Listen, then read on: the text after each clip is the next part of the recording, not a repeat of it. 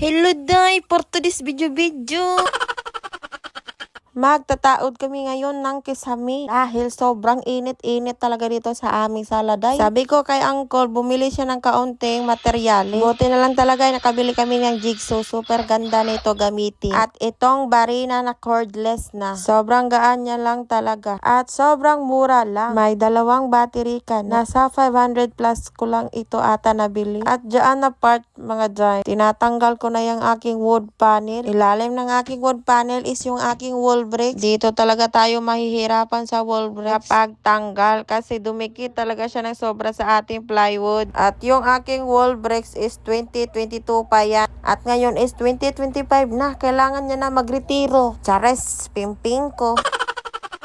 Sobrang nahihirapan na sa kalisod yung babae na iyan. Bakit kasi nauso pa yung wall bricks noon? Hilig mo kasi makisabay. Ayan tala, ikaw pa rin pala ang nagdusa.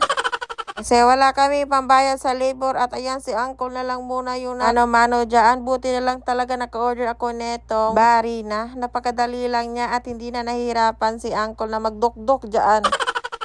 At dahil hindi na madala sa oras, ito lang muna yung ating first progress. Bukas na naman yung ating part 2. Bye-bye!